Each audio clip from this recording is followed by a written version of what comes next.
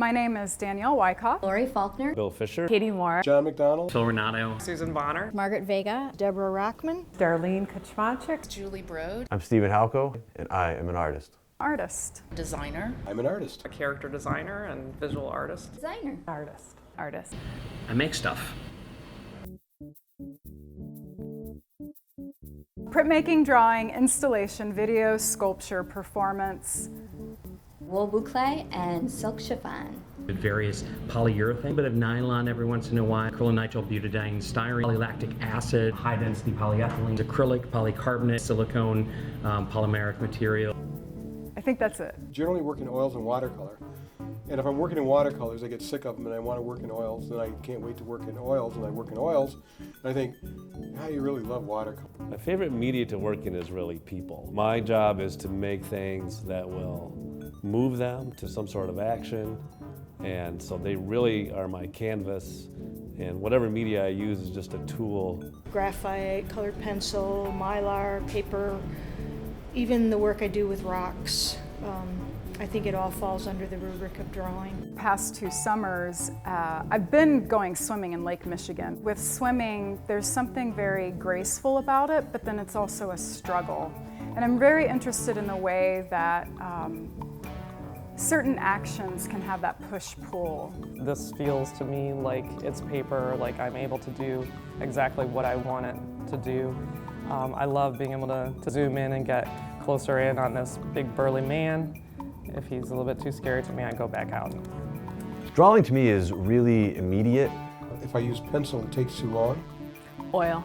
It's better than all the rest. I don't know if it's inspiration as much as compulsion. Driving down the street, I'm listening to music, I can hear a word, and I'll think, wow, that's really neat. I wonder what that would look like. So it's the curiosity of the visual. If the direction of their life is moved a little bit by my media, that's what inspires me. Hearing a really wonderful, intelligent, articulate artist talk about their work. Automobiles are a big influence on me as a human being and as an artist. Usually I get angry about something, or sad, or frustrated with life. The scale, the quality, the precision, the color, the folds, the complexity. There's so much ingenuity and beauty in some automobiles, and some automobiles are disgusting and should be wiped off the face of the planet.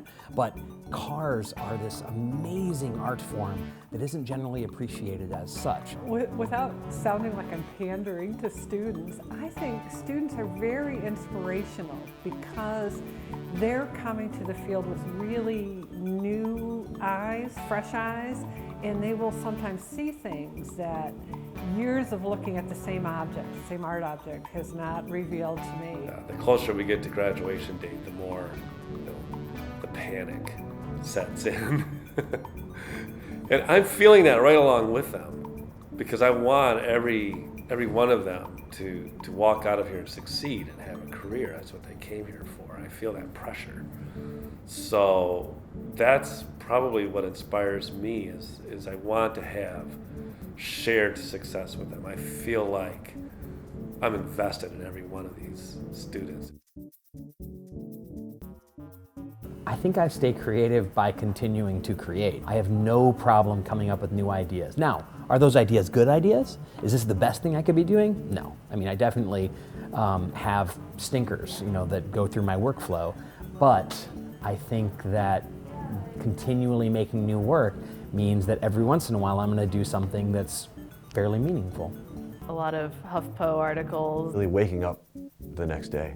I think as long as I wake up tomorrow, I've got things to figure out, things to think about, things to explore.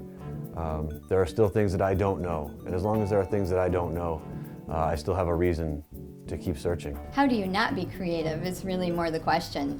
I find creativity everywhere, and projects yet to be in almost everything I see. Constantly looking at other artists' work. Waking up's good. The day that I know everything, I don't need to wake up.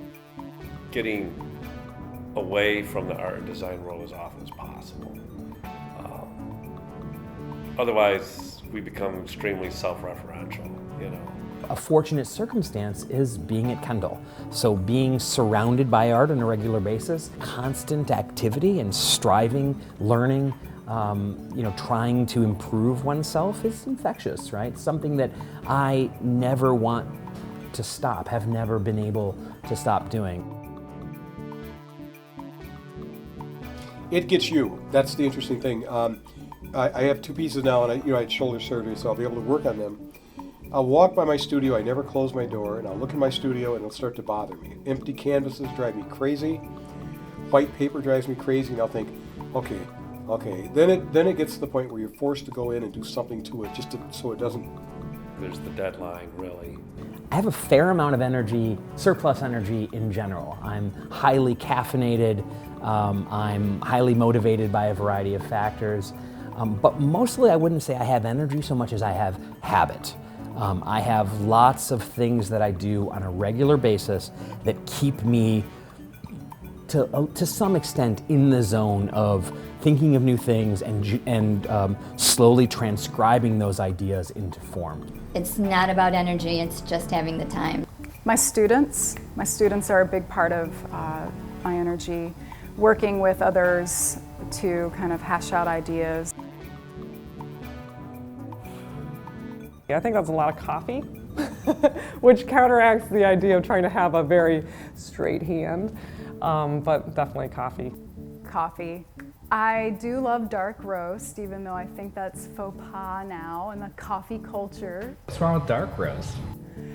I don't know, but go to any fancy coffee shop and they're gonna be like, well, we don't do dark roast. We do medium roast. I know I'm not that cool, whatever.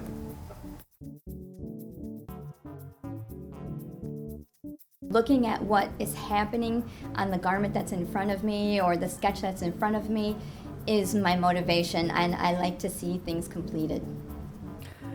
Usually I have to have a strict deadline. If I don't set myself a deadline, I won't do it. Deadline? It's the deadline, really. It's the best thing. Because I'm curious what it looks like. I'm curious what it feels like. I'm curious how people will react to it. I like to sort of think that I'm just sort of transcend my physical body and just am communicating with the work. I like to think that I'm in the work. I'm not sure I even exist. I live for those moments. Totally lost in the process. Creating is an energy. It recharges me completely. I start to get that finger tingle. I don't know how else to explain it. The energy is consuming for me.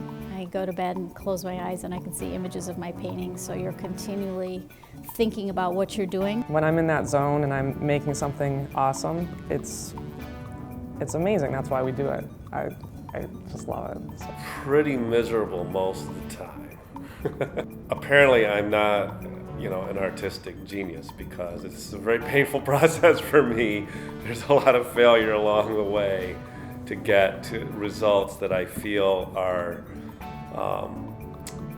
going to do the job, and secondly, not embarrass myself. Just think about how I speak really fast, for instance. For somebody who speaks that fast, to work on something that takes months to make a little simple thing that fits in the palm of your hand, it's really painful. And again, it goes back to one of the things I really liked about jewelry is the degree of difficulty is high. The amount of investment per object you could put in a box is very high, right? I could fit everything I've ever made in 2 Rubbermaid containers. I cry.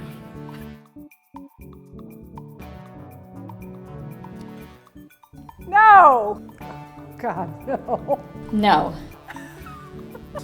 We'll clean for company.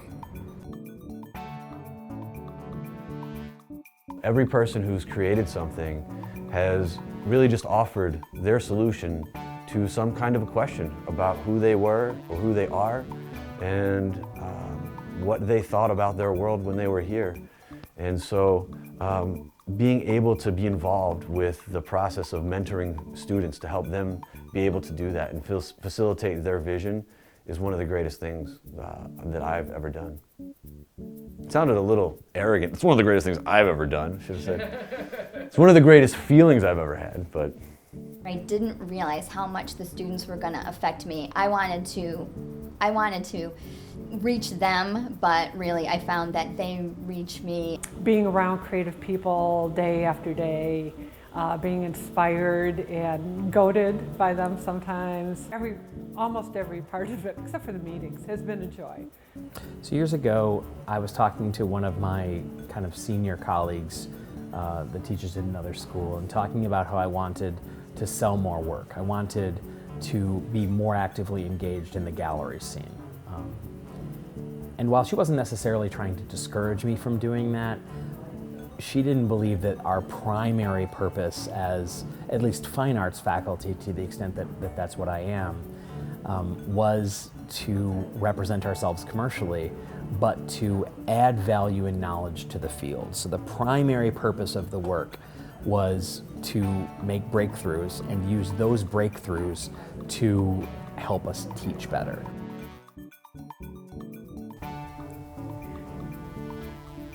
I don't know if it's is it strange? I've been making bread lately. I love to sit next to a bed of perennials or plants in the spring and pick all the crap out of it.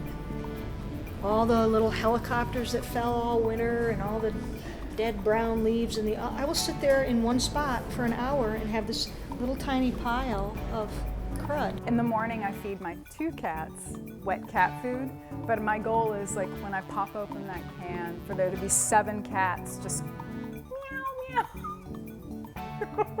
I'm kind of addicted to home decorating magazines. It's like a little bit shameful the way I'm addicted. I cannot pass a magazine stand with home decorating magazines in it without looking at them. I don't always buy them anymore, but I have to look at them. I recently started shaving with a double-edged safety razor, wet shaving as it's referred to, and it's quite fantastic. I think it might become my new hobby.